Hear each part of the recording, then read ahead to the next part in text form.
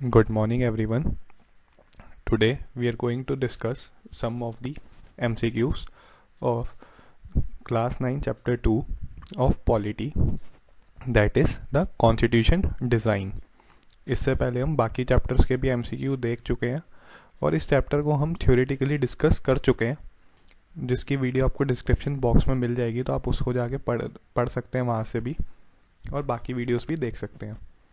तो इसके अंदर हम कुछ इंपॉर्टेंट MCQ देख लेते हैं जो कि हमारे टर्म 1 के हिसाब से इम्पॉर्टेंट है। So let's begin. बट उससे पहले मैं वही बता देता हूँ कि जैसे ही आपके सामने क्वेश्चन आएगा, आप क्वेश्चन को पॉज करिए और try to answer the question in the comment section below, जैसे हमने पहले करते आए हैं। Let's start. Question 1 is who bitterly criticize Mahatma Gandhi and his vision. So the correct answer is the option are Motilal Nehru, B.R. Ambedkar, Shyama Prakash Mukherjee और Durgabhai Deshmukh. So the correct answer is option B.R. Ambedkar. ये गांधी जी के काफ़ी ideologies के खिलाफ थे और काफ़ी जगह इन्होंने गांधी जी के आइडियाज़ को प्रोटेस्ट किया था, स्पेशली जब कास्ट सिस्टम प्रिवेल करना चाहिए या रहना चाहिए एक सोसाइटी में, जब गांधी जी ने ऐसा माना था। Let's move to the next question. What is the full form of ANC? So option is New Asian Congress, option B anti terrorist national collaboration, option C American nation wide corps, या option D African National Congress. So the correct answer is D African National Congress. So let's move further. When South Africa became democratic country? So option A is 26 July 1964, option B 27th April 1994, option C 26 March 1984, या option D 26 January 1950. So the correct answer is D 27th April 1994. बहुत जगह पे अगर हम देखते हैं तो constitution की इम्प्लीमेंटेशन के बाद से ही, जब भी डेट में कॉन्स्टिट्यूशन इम्प्लीमेंट होगा, वहाँ से डेमोक्रेटिक कंट्री बनती है as per the constitution of that country. जैसे इंडिया की 26 जनवरी 1950 को माना जाता है, सिमिलरली साउथ अफ्रीका में भी। So let's move further. Name the magazine written by Mahatma Gandhi. Options are Young India, option B Swatantra, option C Mission India, option D Discovery of India. So the correct answer is option A Young India. इन्होंने ये magazine before independence लिखी थी। So let's move further. Who among the following was not a member of Constituent Assembly? Option A Rajendra Prasad, option B Mahatma Gandhi, option C Baldev Singh, या option D KM Munshi. So the correct answer is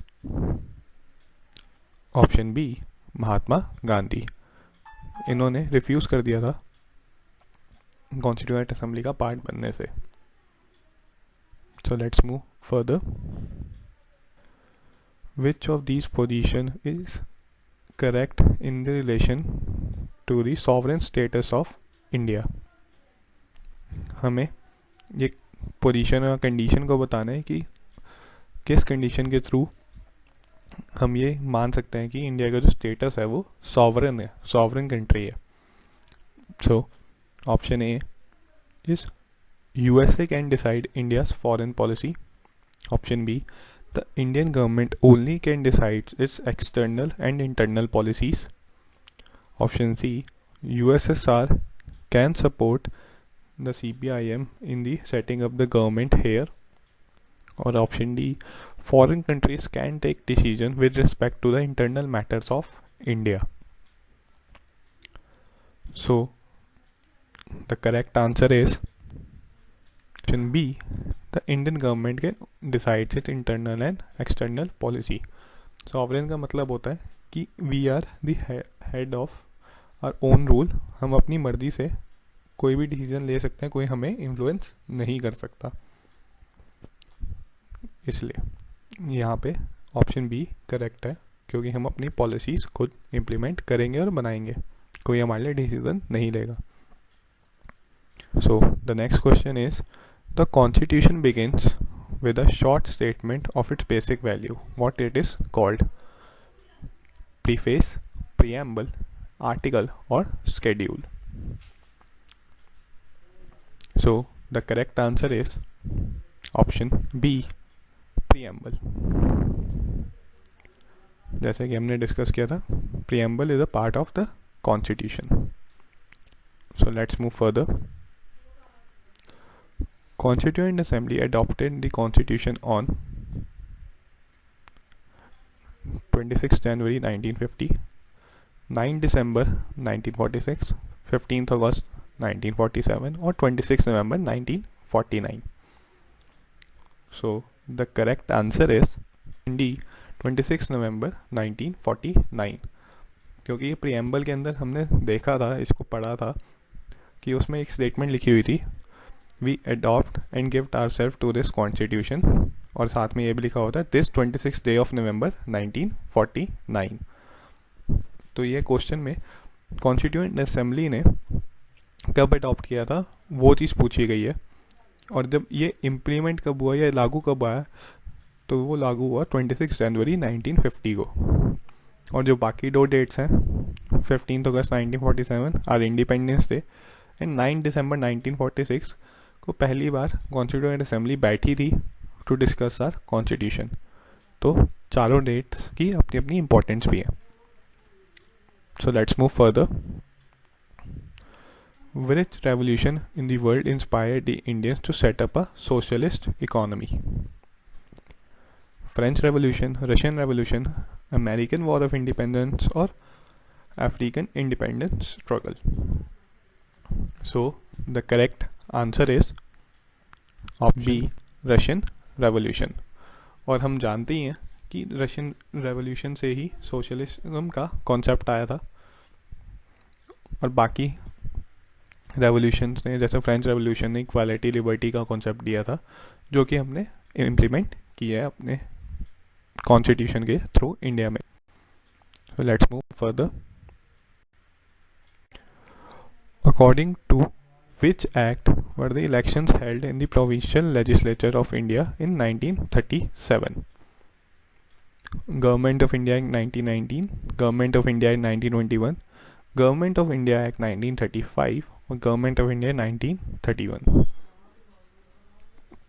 So the correct answer is option C, Government of India Act 1935.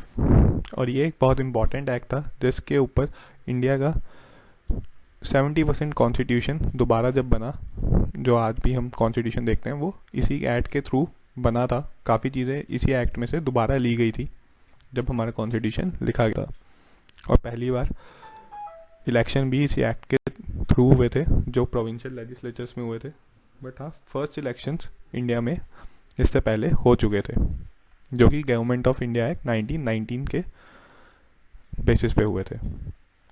So let's move further. Which of the following sentences is correct? Option A, all countries that have constitution are necessarily democratic. Option B, all countries that are democratic necessarily have constitutions. C, both A and B, and D, none of the above.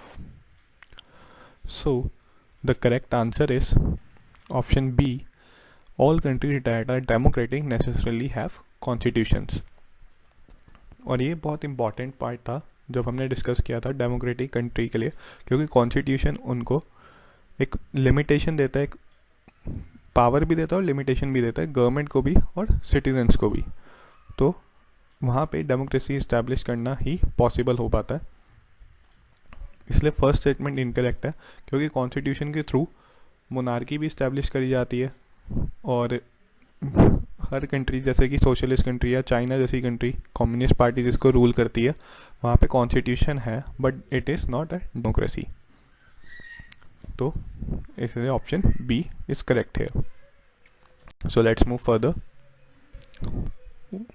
What did the white minority want from the constitution?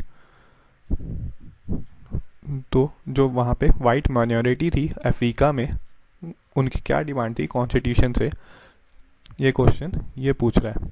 So option A, protects his privacy, privileges and property. Option B, a separate country for themselves. Option C, reservation in legislature. या option D, some special rights. So the correct answer is option A, protect its privileges and property. ये white minority की demand थी जो कि constitution बना था उससे पहले अफ्रीका में 1994 के टाइम पे, कि उनकी प्रॉपर्टी को, प्रिविलेजेस को प्रोटेक्ट किया जाए। राइट्स जो थे वो बाद में सबको बराबर मिले थे। सो let's move further. Name of autobiography of Nelson Mandela is option A, my 28 years in jail. B, the apartheid.